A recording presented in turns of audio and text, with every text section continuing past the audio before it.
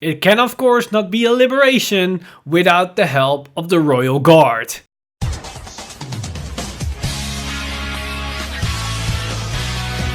Stand up! Vanguard! Hey Cardfighters, welcome back to the final set review of Aerial Steed Liberation. We already talked about Gold Paladin, Narukami, Oracle Think Tank and Nubatama, so the last clan that's left is of course Royal Paladin, or in this case Blaster Blade the clan, as they really doubled down on the Blaster Blade aspect. So as that already might suggest, this new support line for Royal Paladin's main focus is around Blaster Blade, the grade 2 unit, and to empower that card as much as possible. So a lot of support cards towards that card, as well as cards that synergizes with that card.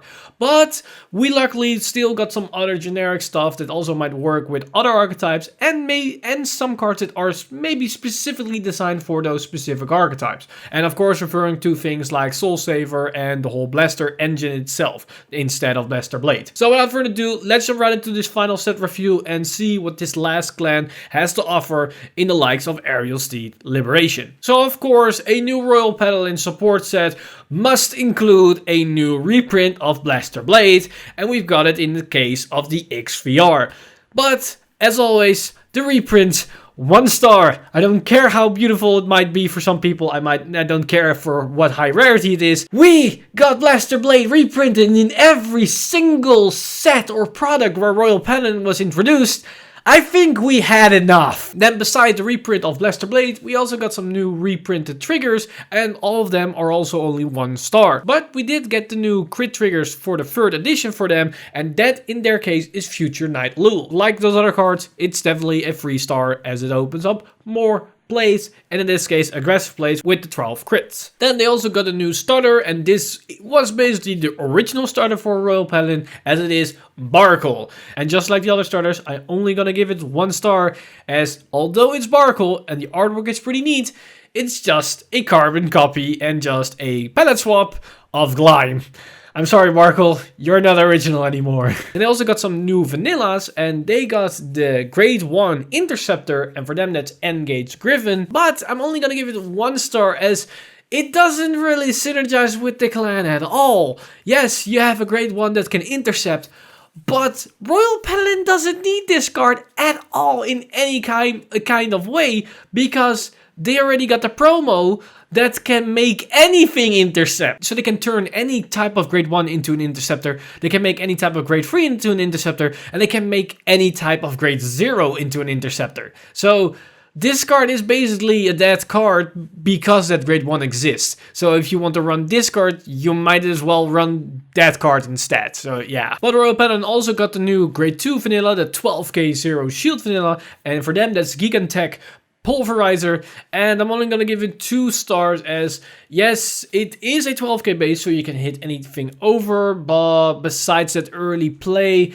I don't see it really having a good function. Yes, you can combine it with force markers to hit for higher numbers, and it does hit for magic numbers against Protect and Exile, but it doesn't really do that much against force, so it's limited in that sense. And grade 2s in Royal Paladin are their main key cards. They are very important for all kinds of plays, so do you want to trade it off for 12k vanilla with 0 shield? Might be the question you can ask. You might want to do it to some builds that also can still run Gallatin, but probably you want to stick with Gallatin, as it's still a 10k shield, so it might still be a little bit better, even though it doesn't have that 2k power printed onto the card itself. Then they also got the new grade 1 drop PG, that is Knight of Indestructibility, Aerina. And just like the other drop PGs, I'm gonna give it 3 stars, as it just opens up different playabilities as well as different deck designing options. Now onto the actual new support. I'm gonna start off with this grade 1 that is Inspiring Knight Cynegils, and its skill is Auto Rigor Circle when it attacks or boost if your Vanguard is a grade 3 or greater, cost Soul +1, and this unit gets power plus 10k until the end of turn. So it can become an 18k attacker or 18k booster. That's pretty neat. It is a good solid number of power, but it does cost you some soul.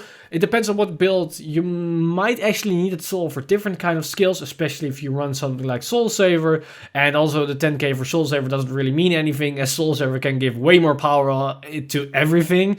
So it might be limited in what type of build you're playing. It might be a good option for a more budget alternative.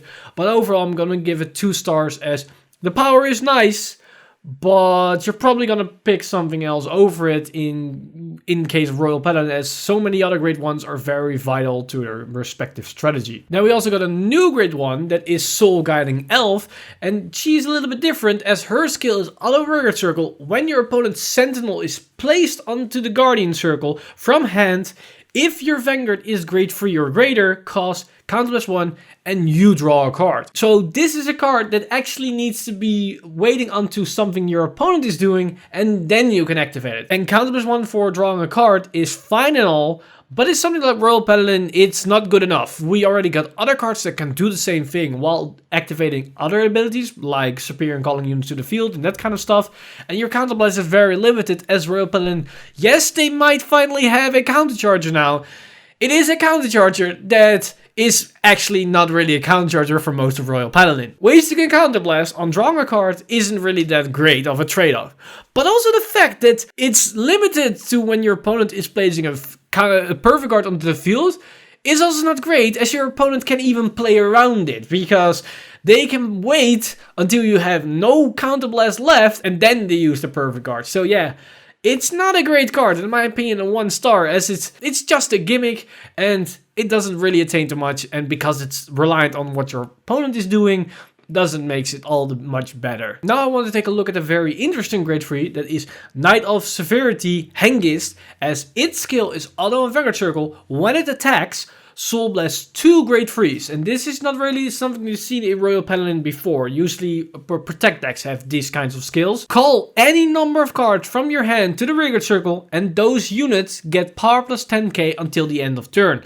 If you have 3 or more rear guards, when your opponent would call from his or her hand to the Guardian Circle during this turn, he or she must call 2 or more units at the same time. So for 2 Soul Blast, you can multi-attack in Royal Paladin, and while you're doing that, you're giving your additional attacks even more power, so defensive triggers won't matter, and you're giving the rest of your turn the Battle Doorway effect.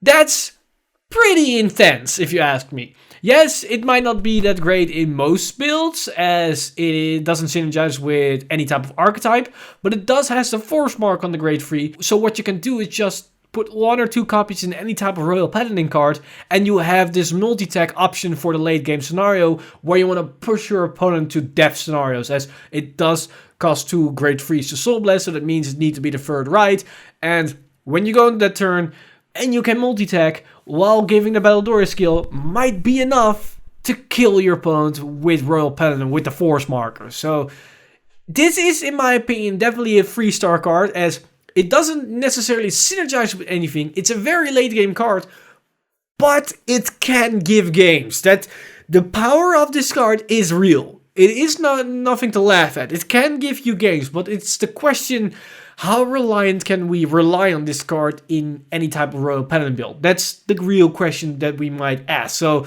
that's why I'm only going to give it 3 stars. Then we go to another grade 1, and that's Pure Bright Unicorn. And its skills are Auto Rigard Circle when placed. If your front row has 3 units, Soul Charge 1. So this might indicate that it can be a good support card for a Soul Saver. However, the second ability is shared among other units that we're going to talk right after this one, as multiple cards have this similar skill trait. That might indicate a different approach or a different strategy, but it's nonetheless a very good support card for Soul Saver himself.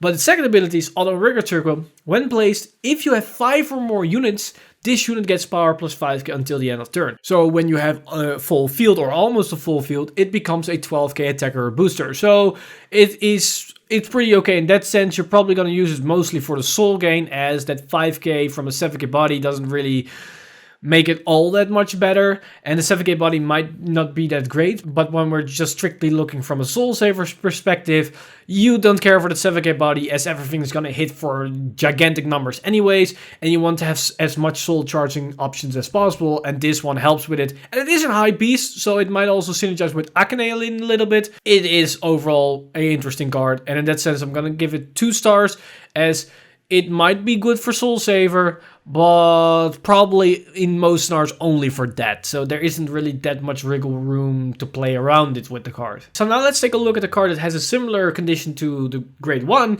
and that is Loading Angel. This is a grade 2, and it skills Auto Ring Circle at the end of your turn. If you have 5 or more units, so here's the same condition again, cost counter +1, put this unit into your soul and draw 2 cards. So it is a counter +1 to draw 2 while also gaining a soul. Yes, you lose a unit onto the field, and with that condition that you might want to have so many cards, but it might be a little bit bad, but because it's at the end of the turn, it also works against control clans, so it does have that added feature. But there is the obvious downside that it's a 9k body in a forest clan. And also, once again, counterblast for drawing. Is that really what you want to do in a deck that doesn't have counter charge? Is also something to ask, but the fact that you draw 2 instead of 1 makes it a lot better. But to be very honest, I'm only gonna give it 2 stars, as the condition is awkward. You need to have a full field. You're using counterblast for drawing instead of advancing your plays, and it's a 9k body in a forest clan, as well as Royal Paladin that might want to have some early game aggro, and this can work against it. So I cannot give it more than 2 stars in my honest opinion, and I don't see it working in most builds. Probably in a budget build or in a build that revolves around these having 5 or more units onto the field conditions, as we've got a couple of more to go about. And one of those is this grade 2, that is Knight of Determination Lemurok, as its skill is act on Rigger Circle. If you have 5 or more units, cost counter +1, and this unit gets plus 10k until the end of turn. So once again, the same restriction to having a full field, and then you use counter +1 to gain 10k power. Yeah, 1 star. I probably don't have to clarify why that's the reason. You're using counterblast to give a unit plus 10k, and it's also, you need to have a full field to use that skill. Next up, we've got this old grandpa that is Great Sage Barron, and its skill is Auto Rigger Circle once per turn. When your other unit attacks, you may have that unit get power plus 5k until the end of the battle. If that unit with the plus 5k is a grade 3 or greater, then cost counter +1 and retire this unit. And that unit gets critical +1 until the end of turn. So just in general, when something attacks once per turn, you can give that unit plus 5k power. And that can stack. So if you have 1 or 2 copies of this boy, you can have plus 10k onto the field for free. That's pretty good. That's actually already reason enough to maybe run it in some builds. But then also when you combine it with a grade 3, then you also can give that unit a critical. So it doesn't specify that it needs to be riggered, so you can even give your Vanguard always a crit when you run this card. And the fact that, yes, you need to retire it, but you can first attack with it and then retire afterwards. So you can even clear your field against control clans to have some more value out of it in all kinds of scenarios. And the fact that you can give your Vanguard always a critical opens up different kind of plays, because the fact that it works with that. So think of Soul Saver. You're hitting for super high numbers, but now you can give your Vanguard as well as Rearguards more consistently crits. That's something to think about, as that will help the deck a lot more. And I think for that reason alone, it's definitely a 3-star card, as it helps a archetype in general, but also can help other builds and other aspects of the clan to have more options, as the fact how this card interacts with different kinds of things. Also, with the grade 3 that we just talked about, it can multi-attack. You can attack with the Vanguard, then activate this skill to retire itself, give that unit a plus 5 and the crit, then use its skill to then superior call multiple units onto the field, so you're not calling on top of him, so you don't minus with that skill, because that's the thing, when you multi-attack with the grade 3, you are minusing in a sense, and then you give the Battle Door effect, so your Vanguard swings with the crit, extra power, and they cannot easily perfect guard it as well, because they need to ditch multiple cards. And when you have 2 of those cards into the field, you can give your Vanguard plus 10k and plus 2 crits, and the multi-attack without minusing. yeah, there are some insane synergies that you can do. So there are some neat interactions with this card. So definitely 3 stars in my opinion, as it has multiple things that can work with the deck. It might not work with the Blaster engine and with Blaster Blade and all the things we have with Alfred. So that's why it's only in the 3-star range. But with the other cards and with Soul Saver, this can be an actual really solid addition to their respective decks. Then we've got another Sage, and that's the Grade 3 that is powerful Sage Barron. And its skill is Auto Vanguard the Rearguard Circle. When your other rearguard is placed, this unit gets power plus 3k until the end of turn. So this as a Vanguard and Rearguard Circle can stack a lot of power, as you can just multiple copies of multiple units each and every time, and it will gain more and more power. So it can also work with a multi-tech Vanguard, as you can then place this card and then it gains another 3k power as you call multiple copies to the field.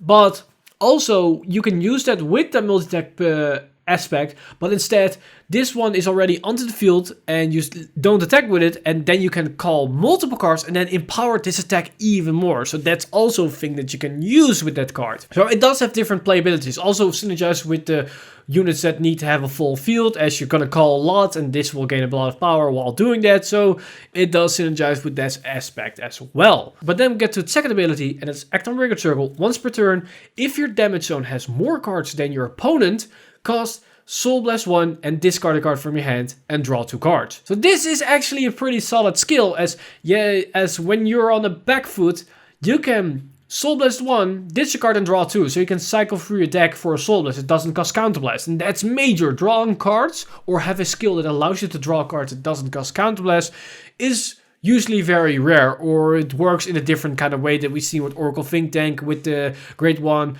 Hanabe that puts a card into the soul. So this is actually pretty good for Royal Paladin in general, as it is a rearguard skill, not a Vanguard skill. So you can even use this as a support card for other decks that have a main Vanguard. What like we're going to see with Gancelot, as well as with Soul Saver, as well as with the Blaster engine that might want to have more draw power. This works with that. So this is an actual pretty decent card, as it is probably mainly a rearguard unit than that it's going to be a Vanguard unit. So for that, I'm definitely going to give it 4 stars, as it utilizes a lot of different playabilities. The free power that it can gain can be very good for aggro plays, as well as it allows you to draw cards without using Counterblast. That's pretty good in a lot of senses. So that's why I'm definitely going to give it 4 stars, as well as it synergizes really well with the new VR in what it wants to do. Now, before we're going to enter the main bulk of the set that revolves around Blaster Blade, there's one more card I want to talk about, and I think a lot of people are overlooking this card, as it can make or break a archetype. And the card that I'm referring to is Field Feather Dragon. Yes, a Grade 3 rearguard skill unit without a marker that I'm referring to as a really solid card, as its skill is Act on Rearguard Circle, cost Counterblast 1 and Soul Blast 3. Draw the same number of cards as the number of open rearguard circles and call the same number of cards from your hand to the rearguard circle. So when you ride it to Grade 3, call this thing to the rearguard circle, and you didn't call anything in the early game, so you're going for mid to late game. Then you use the skill, you draw 4 cards, and then you call 4 cards.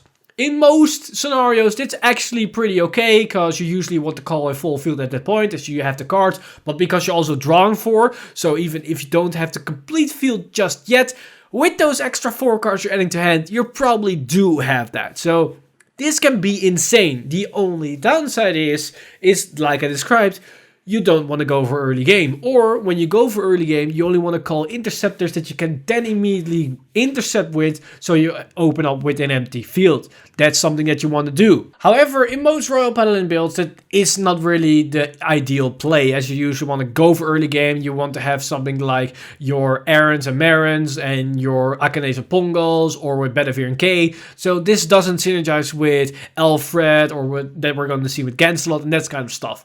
However, it does synergize with one particular archetype, and that is the archetype of the previous support set, as this is the actual dragon that the Blaster archetype was asking for. You can remove Arc Saver from the deck and replace it with this card, and that deck can sky high rocket in the amount of consistency it's gonna get, as you're not gonna call anything. the main thing that you probably want to do is win with the OTK turn with your Messianic Lord Blaster. And how you can do that is having all these different blaster units onto the field.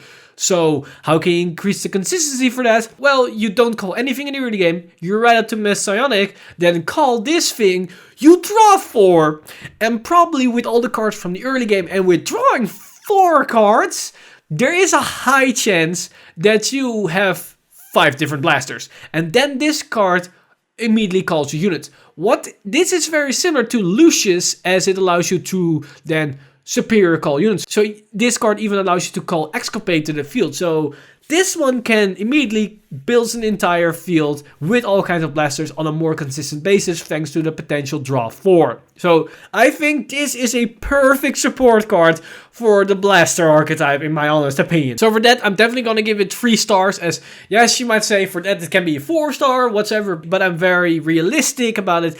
It's only good for that scenario and it might help that build to be a little bit better, but it's still, against Perfect Guard, it doesn't really do anything, and in any other type of build, it's not really that great. You're also using your entire soul. For that build, it doesn't matter, as when you remove Arc Saver from the build, you're not using soul anymore. But for any other build, this might not be that good, and the fact that it's a rear guard, and once again, not force marker, might diminish the power of the card. But for blasters, this can be an insane support card. So yeah, definitely 3 stars. Now with that out of the way, it's time to take a look at the final cards from this set. And these cards are all gonna center around Blaster Blade. They're either support cards for Blaster Blade or work with Blaster Blade. And we're gonna start off with a special card for, I think, special for a lot of Royal Paladin players, as that is Pluck Enchanter.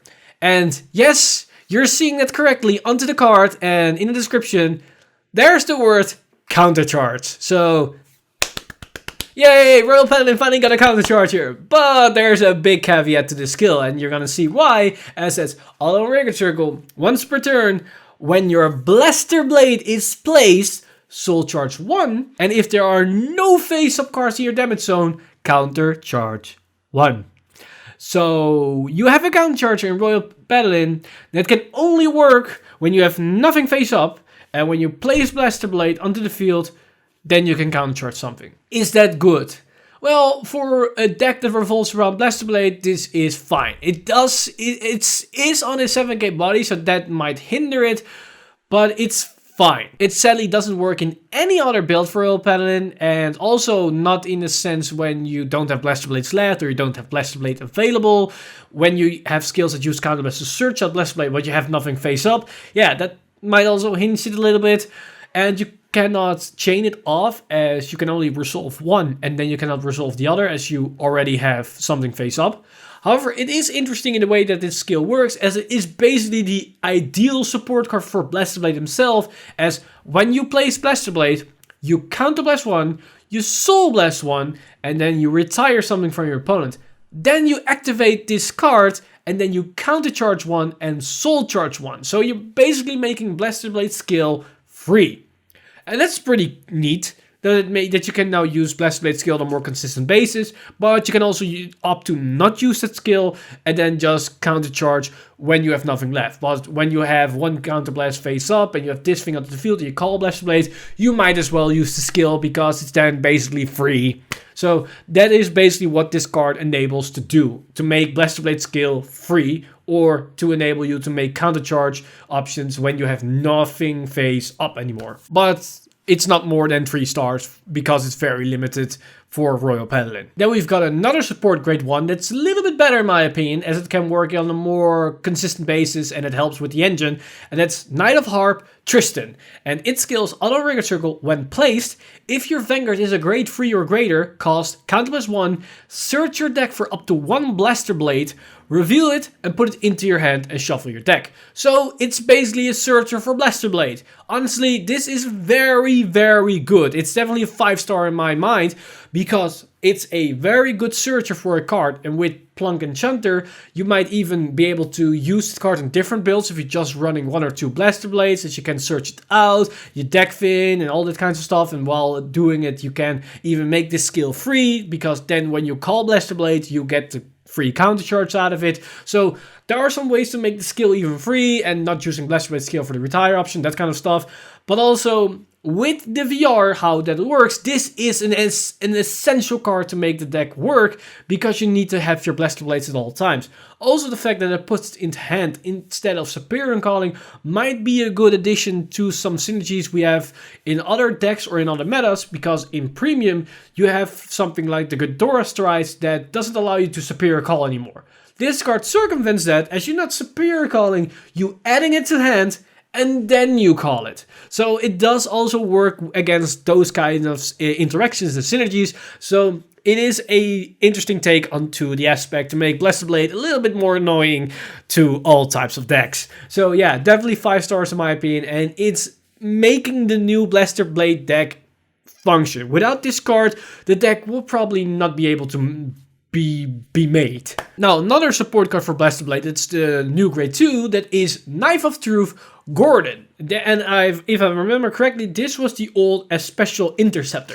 But in this case, it's working completely different, as it has the skill Continuous on Rearguard Circle. During your turn, all of your Blaster Blade on your Vanguard or Rearguard Circle gets power plus 5k.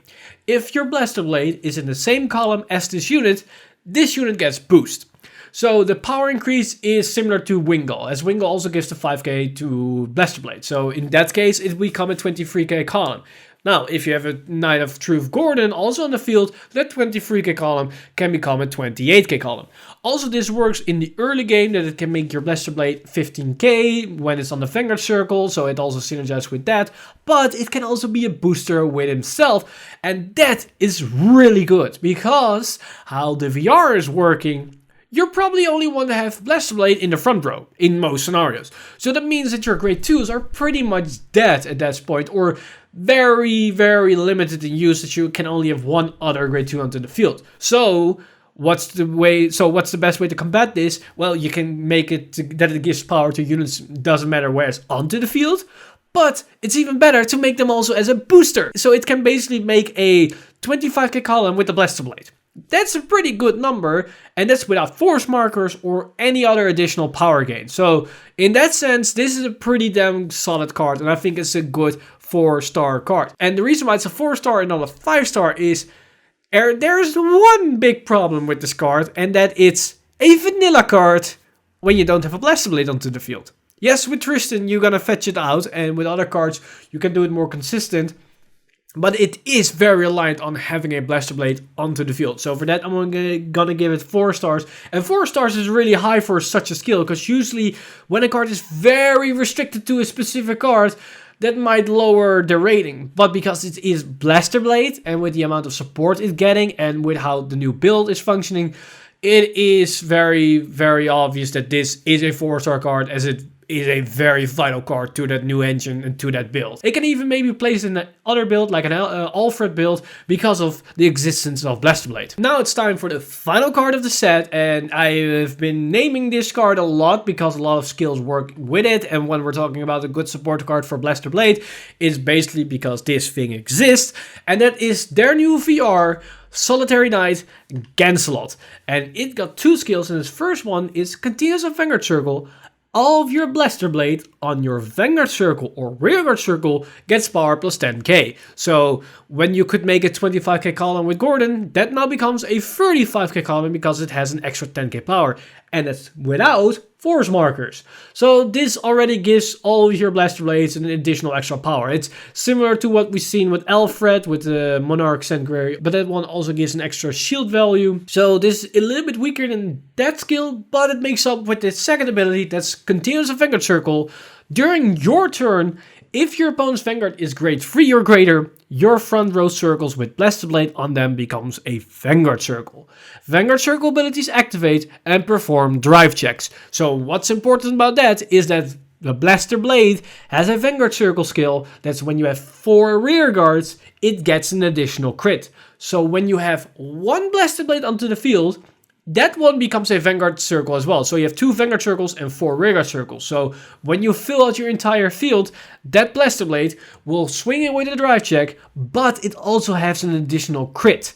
And With that, you can power it up with Gordon to have even more power and all that kinds of craziness. And with Tristan, you can search it out because just like Gordon, this card doesn't do anything without Blaster Blade. It empowers your Blaster Blade, but it doesn't do anything for himself. So you need your Tristans to call out those Blaster Blades. Also, it doesn't limit it to one Blaster Blade, so you can call out a second Blaster Blade to the front row circle and have both of them become Vanguard circles and both of them get a drive check. However, because you now have 3 Vanguards, you only have 3 rear guards, meaning even though you're filling out your field, if you do that, those 2 Blaster Blades will not attain an additional crit because you cannot fulfill the 4 rearguard conditions. But you will have 4 drive checks in that single turn. So that's very, very deadly. Also note that Gordon gives them both plus 5k as they're both Blaster Blades. So yeah, in those scenarios, Gordon is a little bit better than Wingull because Wingull only gives 5k to the Blaster Blade in the same column and Gordon gives them all. And if you have 2 Gordons in either behind both Blaster Blades,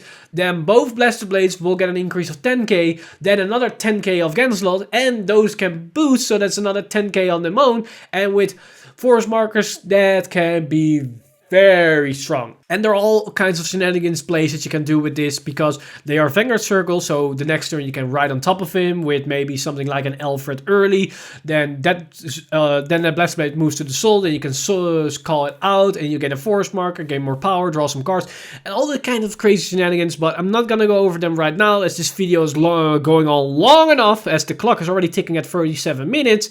So if you want to see all those neat interactions as well as the rulings around this card, as this card has some weird rulings with it because you are making Vanguard circles on your rearguard circles, then I highly recommend you, if you have any type of questions, then go to that video right here when the card was officially revealed, as I also include all kinds of interactions as well as the rulings for that card, so you can put any questions you have to rest because I'm explaining it in that video. But back to topic, this card is definitely in power level a 5-star card, but I'm only gonna give it 4 stars because just like Gordon, it is super reliant on Blaster Blade. If you lose your 4 Blaster Blades or you cannot get to them, you just have a dead Vanguard. And also, it is a very limited card when you are going first, because when you ride this and you went first, your opponent is still at grade 2, and the only thing that this does is giving your Blaster Blades a 10k increase. That's nothing really to write home about. So yeah, only 4 stars because it's a dead card on its own and it's very limited in what it is doing. So with Gancelot, we've seen a lot of very interesting cards. We've seen, of course, the new support cards and the new thing around Blaster Blades, and that's a new direction because the previous support wave was all around blasters, and we did get a new support card for that build because of the grade 3. That is, in my opinion, pretty damn insane with the build. But besides those, we also got some very generic support cards and a very interesting grade 3 that allows for multi-attacking shenanigans in Royal Paladin. Besides Exculpate, of course, but this one allows you to multi-attack with rearguard. So this is a little bit different. And we also got the new additional vanillas, as well as the crit and the perfect guard. So Royal Paladin has a lot of new interesting toys to play with. And of course, they finally got their countercharger. However, it's not really a countercharger because it's super limited. It's restricted to having no face-up damage, as well as placing a very specific unit. So yeah, I think Bushrod really did it to appease the common folk in some regard, because they could just because they just couldn't make the card at all. I think that could be fine, but now they at least get a countercharger. So yeah, I think Royal Paladin got enough very interesting stuff for right now. So with that basically concludes the last set review. Royal Paladin did get some awesome stuff, and it's very interesting. It's a new approach to the build. It's also a very unique take onto a deck, because this new deck with the VR is actually a single unit deck, because everything is gonna revolve around Blaster Blade, and the other cards that we're gonna fill out the deck are probably cards that help either supporting Blaster Blade or fetching it out. So maybe we're gonna run something like Wingull, or also Conjurer of Mithril can search out Blaster Blade. Probably a build's gonna be looking like that to make the build as more consistent as possible, as everything is gonna focus around Blaster Blade. So yeah, interesting stuff. But that's basically everything for this set review. Let me know in the comments down below what you guys think of this new support for Royal Paladin. Are you excited for the general stuff that they got, or just for the Blaster Blade support? You might also think it a little bit boring, as yes, this new support is very limited or very singular in use, as it's just play Blaster Blade, attack with Blaster Blade, play Blaster Blade, attack with Blaster Blade. That's basically what this new build is going to be, and it might not be your cup of tea. So let me know in the comments down below all your thoughts and opinions about this new support, as this was the last set review for Aerial Steed Liberation. So that's basically, we're rounding it up.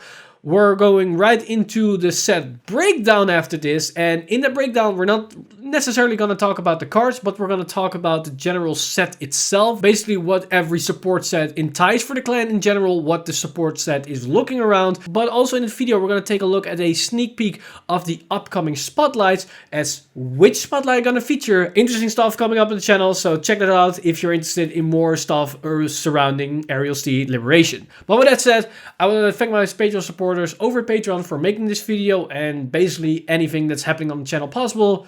You guys are amazing. If you do want to support the channel and everything that's happening on the channel, then head over to patreon.com/Vanguard Insider and become a Patreon today. But with that said, I'm Mr. Timeleap, and I see you guys in the next one.